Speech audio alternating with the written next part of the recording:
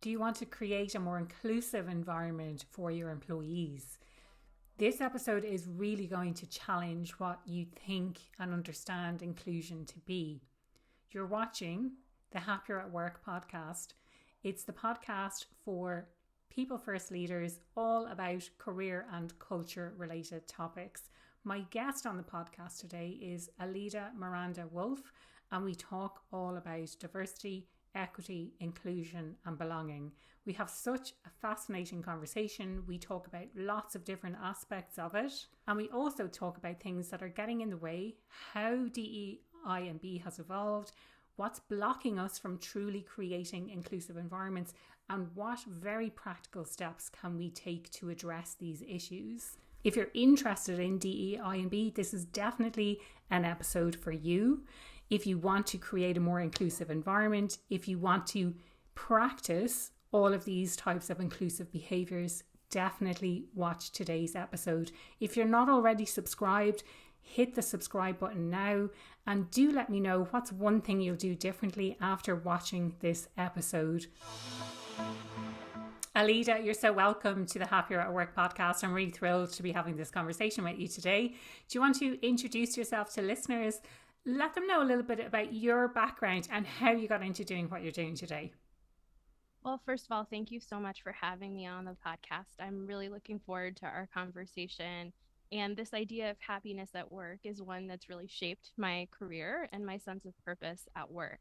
I started out my career in nonprofits and higher education, and then I ended up making a hard pivot into venture capital. And in that space, I came to a few different realizations that have led me to where I am in my career today. The first is that I understood the importance of company culture and being part of a culture that really shared the same values. But I also was coming into that space having been one, the first woman ever hired on that team, even though it was the most established firm in the Midwest. Two, being one of 32 Latino women working in venture capital in the entire country and the only one in Chicago. And then when I became a director there, I was 24, which meant that I was one of the youngest VC leaders in the country.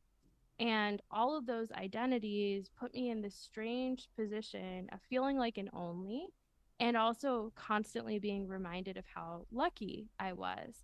And I came to diversity, equity, inclusion, and belonging work because I both wanted to make that environment better for myself, but I was also charged with growing our portfolio. And it was very clear that the companies we were investing in were led by the same kinds of people. And those people did not have the identities that I did. And I wanted to create more opportunities for them, especially because we only invested in the Midwest. And contrary to popular belief, this is an extremely diverse region of the US. And to have so little racial diversity and to have no gender diversity in our portfolio, to me, seemed like a missed opportunity in a variety of different ways. Ultimately, I fell in love with that work. And so after a time, I started my firm Ethos, which is a full service diversity, equity, inclusion, and belonging transformation firm. I've been running it for the last 7 years. And in that time, I've focused on trying to make what we do here, which we think of as worker solidarity work, open source. So that's how I wrote my first book, Cultures of Belonging, Building Inclusive Organizations That Last. And then as the politicization of DEIB has really become an issue in this industry in the last 2.5 years, I was asking myself, if all of these investments that organizations are making in DEIB are clawed back, what remains? And that is how I ended up writing my second book, The First Time Manager DEI. Because at the very least, we can provide tools and practices for the folks who are responsible for the day to day experiences of their employees to lead from a lens of equity. And so that book came out in May and has really been part of this larger project for me of ultimately saying, whatever you want to call the work that I do, advocating for underrepresented workers and workers from historically resilient groups is work that we need to be doing. And the last thing I'll say on that is it's why I started my podcast 2 years ago, which is called the Care Work Podcast, which is what it means to be in the business of providing care for a living. how do you take care of others? And what does that social contract look like? But also, how do we take care of ourselves? I name that also knowing that I'm on hiatus because I'm currently in the process of trying to offer my self care as I grapple with a very difficult period in my own life. So that's a little bit more about me. There's so much there that I want to uncover and unpack. Can I first of all ask about this idea of being lucky and, oh, you're lucky to be where you are. You're so young. You're a woman. You're the only woman. Like, was it other people who were saying that to you? Absolutely. I remember being on a panel, and the panel was about entrepreneurship. And I had made it a main goal of mine to educate our community on how venture capital worked because every entrepreneur thought that they were going to raise money and it was going to be the solution to all of their problems. And actually, it's a very complicated mechanism. It only works for certain types of organizations. It isn't actually a good deal for many people. And so I really wanted to go out in the community and say, this is what it looks like, and these are what the other options are. So I was on panels all the time doing this sort of education and community advocacy. And I really knew what I was talking about because we had such a large portfolio. I was involved in that process and I practiced sharing this information. The reason that I say this is because I was waiting to get up on stage and sit in one of the stools. And there was a woman in the audience who was an entrepreneur herself. And she said, "How did you get on this panel? Are you somebody's daughter?" Oh, wow. And that was a pretty common experience. And, just in terms of the reality of the situation, yes, I am someone's daughter. I have parents. They are not in venture capital. They had no idea what it was. My mom is a Cuban refugee. My dad is a doctor. And when I got into this space, they had no knowledge of it whatsoever. I didn't get into the space through my family connections. I got into it honestly by happenstance and by having a very, very helpful college advisor who opened this pathway up to me. But that was happening all the time. I was Wow. referred to as a unicorn, and that was meant to be a compliment, but it was also meant to say that someone like me should not be in my role, that I was the only exception, that I Yeah. must be so exceptional to have this position, which one creates a lot of pressure Yes. because I don't want to make mistakes. I don't want people to see me as less than. Yeah. But two, it assumes that people like me can't do these kinds of roles, which meant that I remained isolated because they were not getting into these positions. I had a leader tell me when I was advocating for having more women investors in our investor base. He looked at me and he said, "Alida, you're saying just having a woman in the room is worth it, even if that woman is a dingbat?" That was the way that he said it to me. Yeah. And my response in the moment, which I actually stand by, is, well, you wouldn't say that if she was there. So then, yes. Yeah. Because It's go for it, Ava. But it's interesting that you say that. I often speak about imposter syndrome, and being the only person is a huge trigger for that, for exactly the reason that you described, Alida. It's this, like, it's the pressure that you feel like I'm representing everyone who comes after me. There's a huge amount of pressure to perform. If I'm the only person, I am the representative essentially. So it causes a huge amount of pressure, and it causes us to doubt ourselves and our abilities. And do I deserve to be here? Or did I just get lucky? Am I the unicorn and I made some sort of exception and that's the reason that I'm here?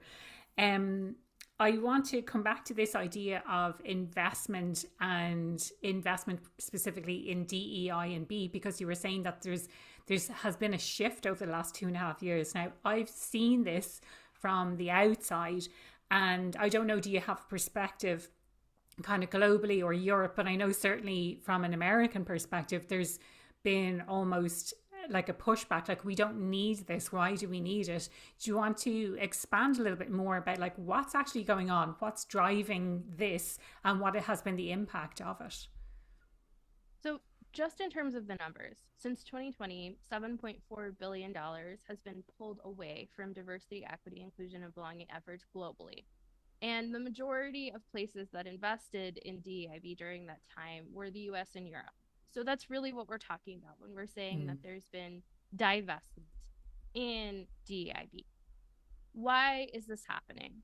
That is a question that a lot of folks in our industry are talking about. But I go back to a really simple organizational change principle, which is when you introduce change into a system too quickly, the system will reject that change. Yeah. And I think that that is what's happening. So in 2020, I had already been a diversity, equity, inclusion, and belonging practitioner for about 4 years and was feeling new in the space even then.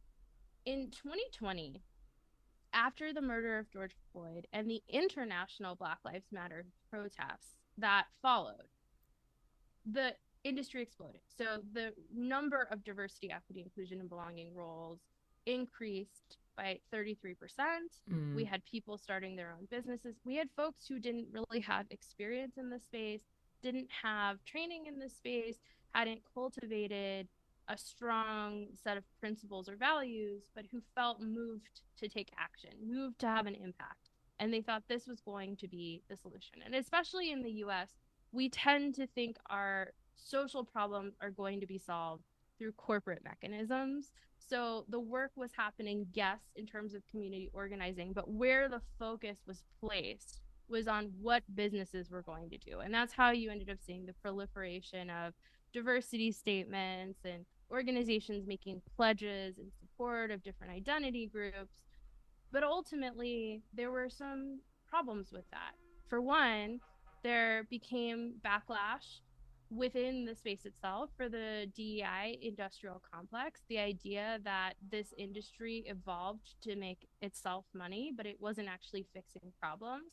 And in many cases, it was window dressing and it was allowing bad actors and big companies to continue doing the same bad things they had been doing before.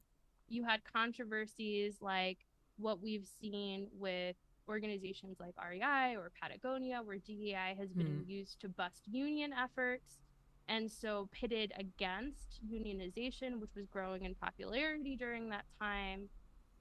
But then what we had was the political situation globally being very fraught and tense. So when I think about the rise of the far right, which has been happening in the US really since the 1980s, but exploding in the 2010s, that's happening all over Europe at the same time.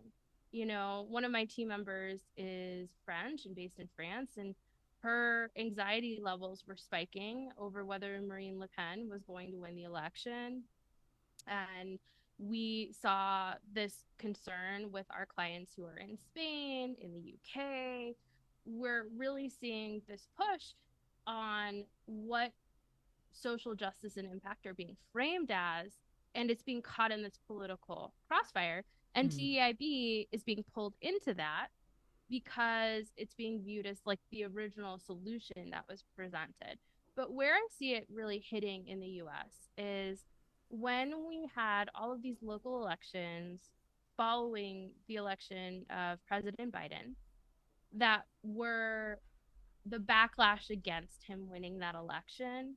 First, the campaign was around trans youth, which it continues to be, but trans youth, and then critical race theory, which automatically got linked to DEI. Now, there are a lot of problems with those arguments. They're mostly bad faith arguments, and they aren't tied to what diversity, equity, inclusion, and belonging is meant to be. But as critical race theory lost some of its luster as a kind of boogeyman, the term that politicians replaced it with was diversity, equity, inclusion, and belonging. And Ron DeSantis in Florida, my previous home state, ends up being one of the leaders there because he wants to use it against organizations that are challenging his far right agenda, especially as it relates to trans rights and trans youth. And so he weaponized DEI against the Walt Disney Company. And when that happened, it really sparked a trend across the country where you're looking at states and state attorneys general suing companies for doing this kind of work. And once that happened, and there were bills being presented in Congress to defund DEI initiatives, then it becomes part of the news cycle. Then it's all over social media. then companies themselves are getting skittish. I've seen this with my own companies that I work with, programs that they invested in, that they were proud of, that predated the murder of George Floyd and those Black Lives Matter protests are getting pulled. And then, of course, the big nail in the coffin was the affirmative action decision in the Supreme Court. Because once that happened, it opened up the floodgates for a broader argument about the Equal Employment Opportunity Commission laws that protect certain classes of people within the workplace. Even though that decision is about higher education and college admissions, the idea that quotas have to be eliminated starts getting spread. And now we're just pitting groups of people in the US against each other as the labor market is becoming tighter and tighter. And we're moving away from where things were in 2021, where we had fewer workers than we had positions. And so there was more leverage and bargaining power on labor side. Now, with the proliferation of layoffs and all of the challenges that are happening economically, the increased interest rates, how much more expensive life has become, workers have less power. And there are all of these different legal ways of taking more of those rights away to support a broader and different agenda. Wow. So if I can reflect back what I'm hearing from that, and this has been something that has come up on a previous podcast episode as well, is that DEIB has almost become politicized. So you take a specific political affiliation, and then it's like one side of, and especially in America where it's quite divisive, there's kind of two sides essentially, where it's, I don't think it's as extreme as that in other parts of the world as an outsider looking into America. But it's kind of like, if we're going to rally against this, then it becomes part of that agenda as well, which I find really fascinating. And it sounds like you've given a really great insight into how that has evolved as well, and how scary it is that it has become this kind of political motivation. If we're experiencing all of these challenges, what is the solution? How can we start to focus on this more? The first thing that I will say is most people don't even understand what diversity, equity, inclusion, and belonging is. And rather than being very attached to aesthetics and not saying the wrong thing or getting terms right, what I encourage people to do is look at the changes that they want to make, and then we can change the language around it. So an example that I give in higher education, because of these issues around affirmative action, many programs that support low income students are being threatened or challenged, and simply renaming them takes them out of the line of fire. So one of the universities that we work with has a program that supports primarily rural students. So people who live in rural communities that don't have access to larger universities and are mostly coming from agrarian or agricultural backgrounds.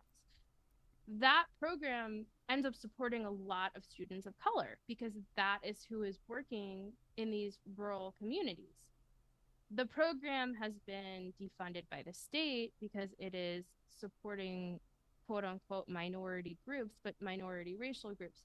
Rebranding the program to say that it supports rural students versus students of color restored its funding. Now, cynically speaking, I mean, we can be cynical here. Yeah, what does that look like? That looks like the state is actively supporting racism and saying that if it's gonna help people of color, then we should get rid of it. But if it's gonna help poor rural people, who in this country the stereotype is that those people are white, then it's fine. But what I've said to the folks who were running that program is, how much good have you done with the program? Who benefits from that program? How do we frame the program so that we can continue to provide the same resources? So a lot of the last 2 years for me has been looking for loopholes and then trying to build coalitions among workers, and generally speaking, encourage them to work together. The Starbucks unionization efforts are one small example of positive change in this regard. When we think about how DEIB has been weaponized against unions, this is a way in which that hasn't been the case.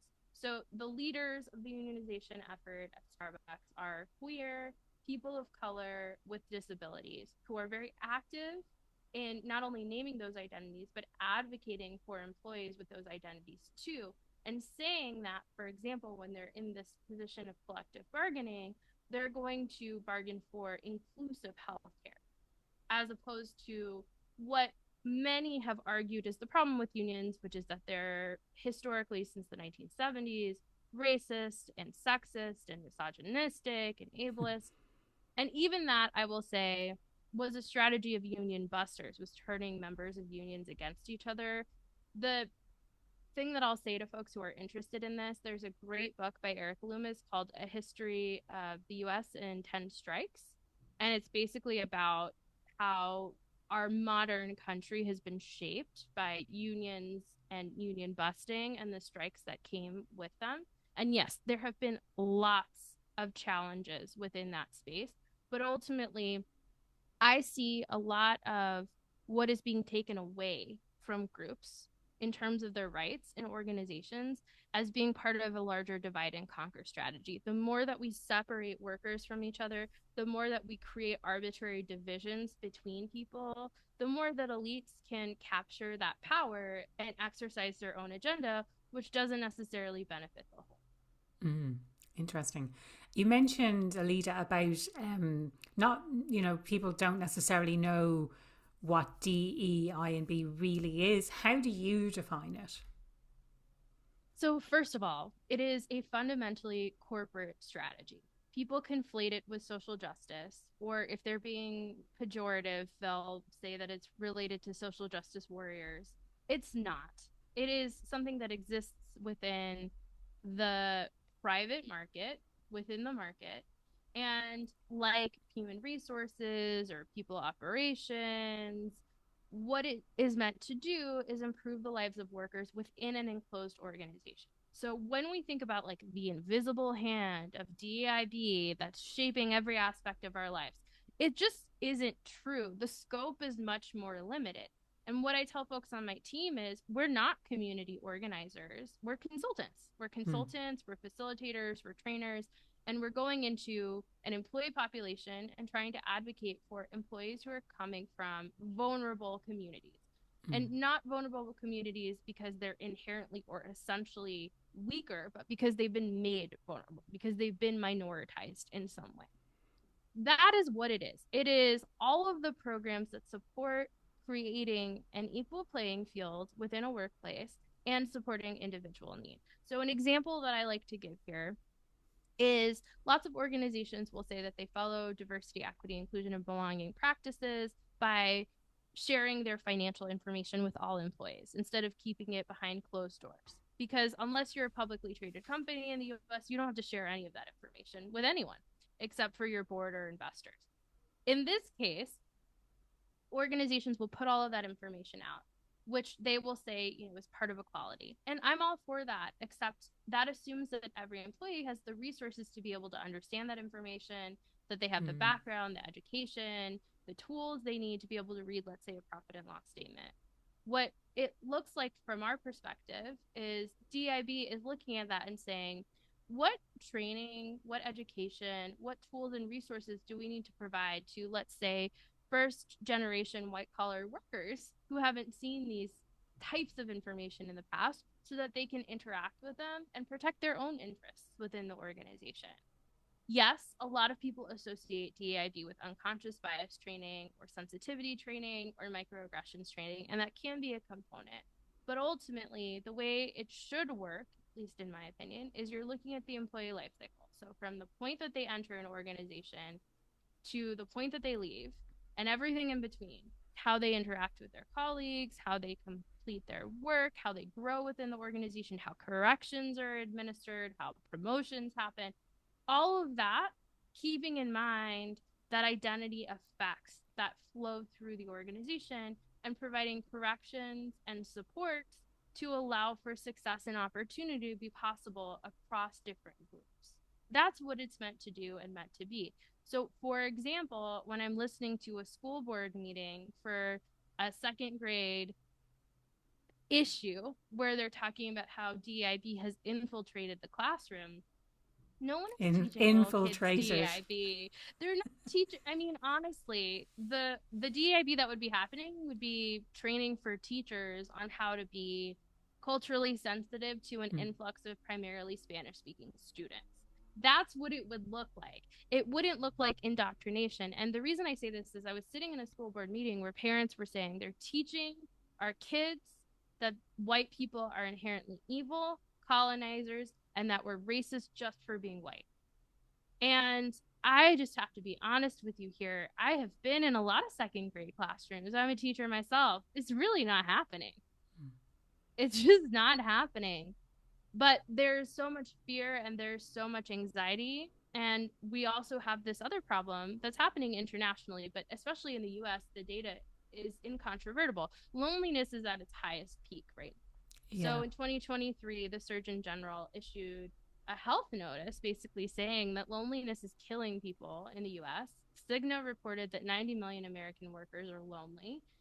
And what loneliness does, we know from the psychological research, is it makes people more attached to ideas than to other people. So when we think about the polarization and divisiveness that's happening in our country today, a lot of it has to do with the fact that 3 out of 5 Americans are lonely, and therefore they're more attached to ideologies or to ideas that are being floated to them than to the people that they're sitting right next to in their own communities. Yeah. So it's kind of a way to...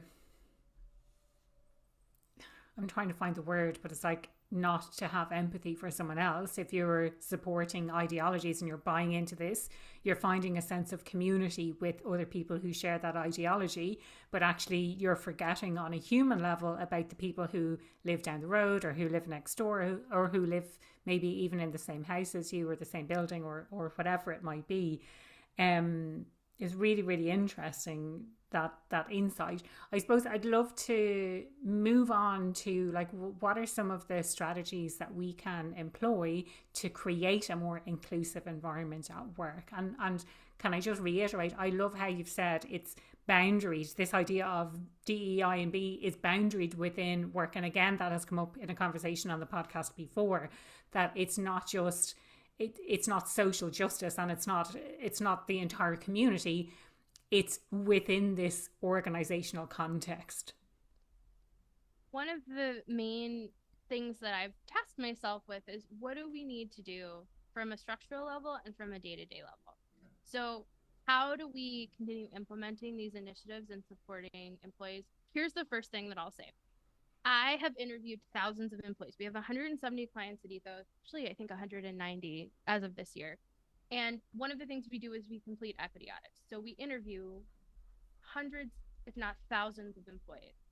The most important thing to employees, apart from being paid a fair wage, is feeling respected and valued on a day-to-day basis.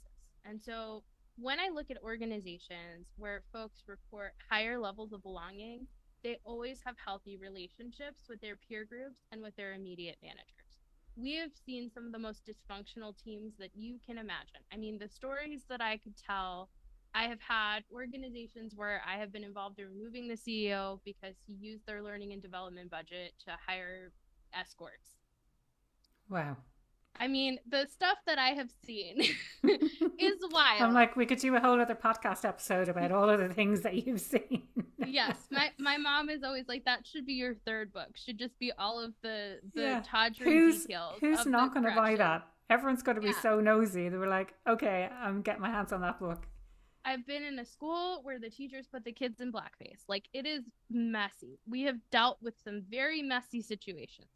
That being said, employees who are still there and are not having breakdowns usually have a manager who is engaging in a few core practices.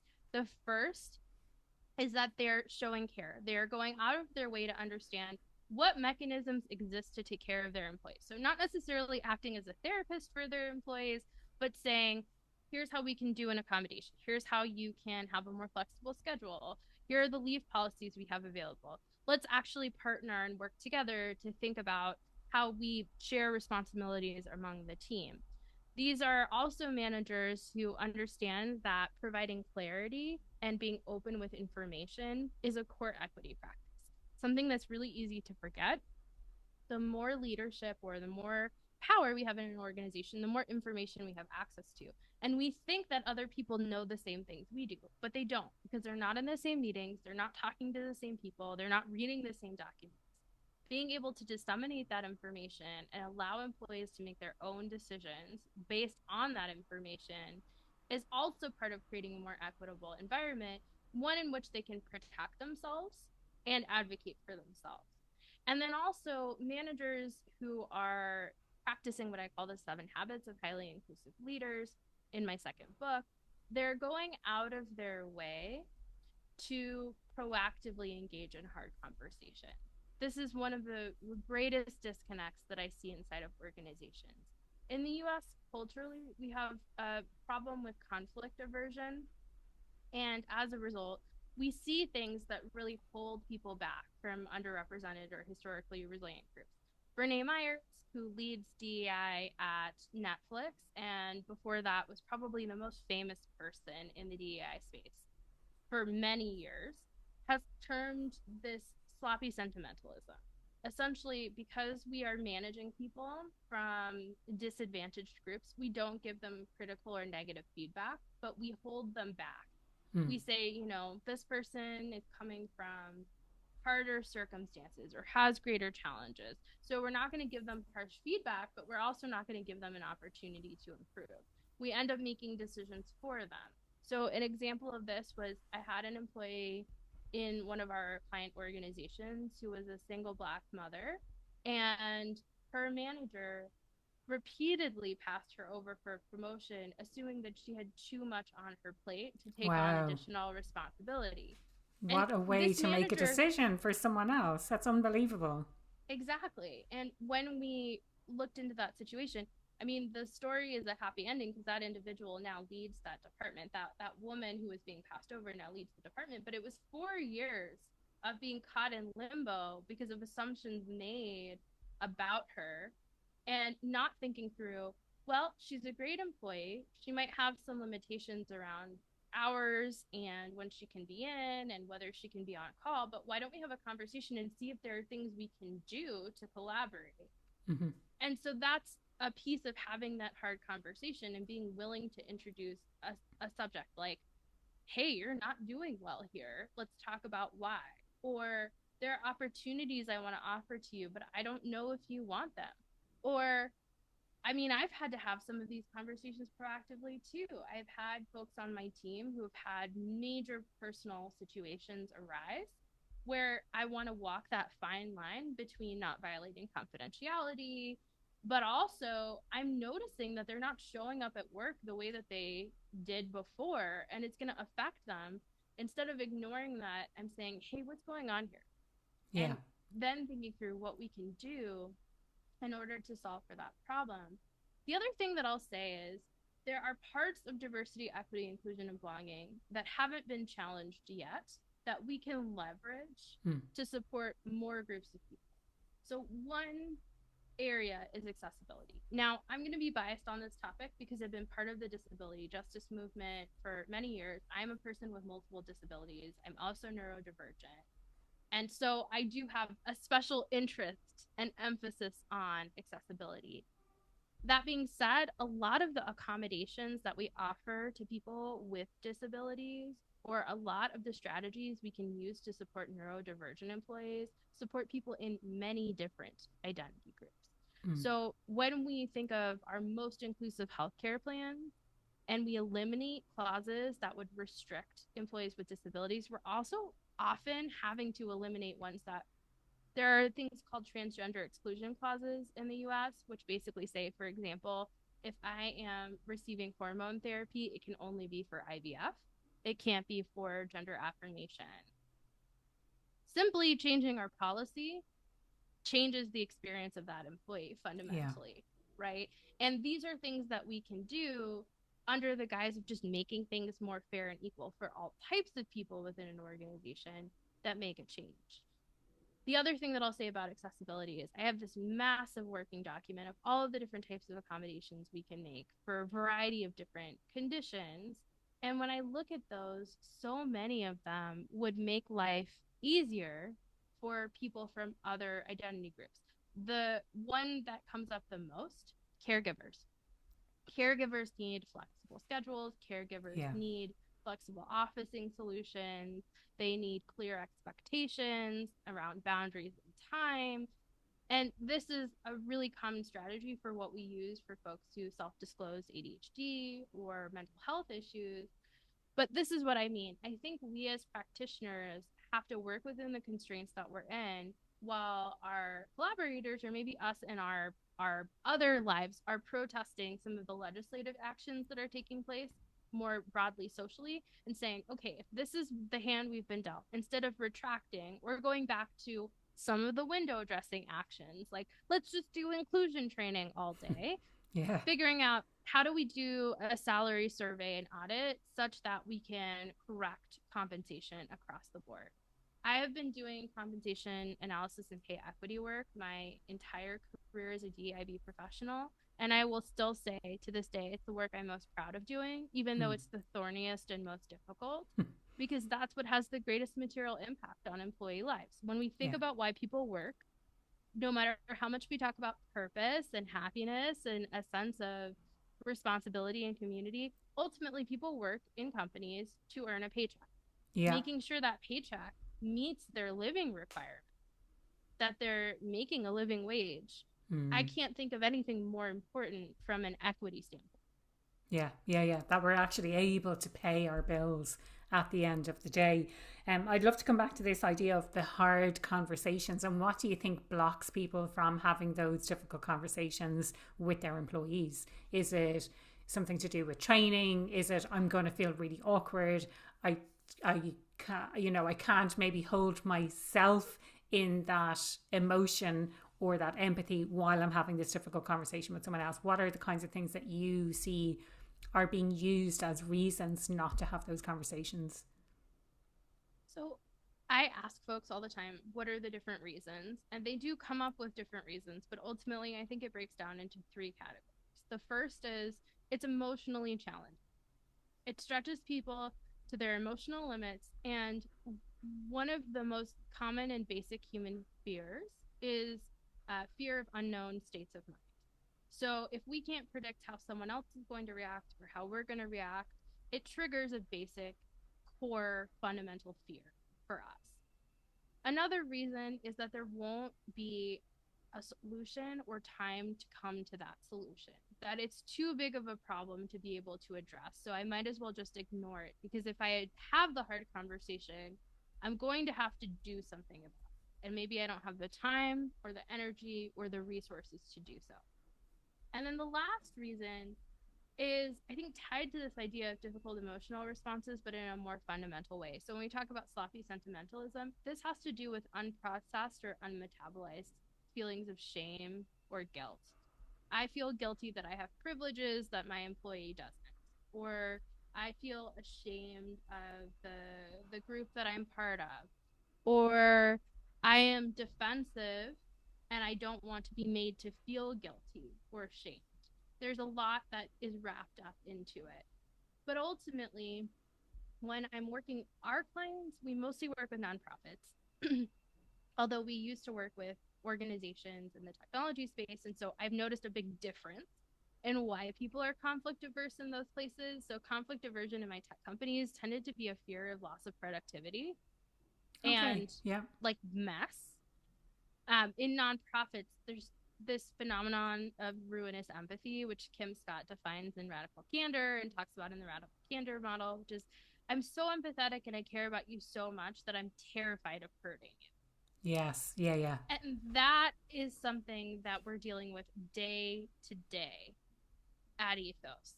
And this comes back to, we need to strengthen your relationships such that they're durable enough to withstand being honest with each other. Yeah. Love that. I love that.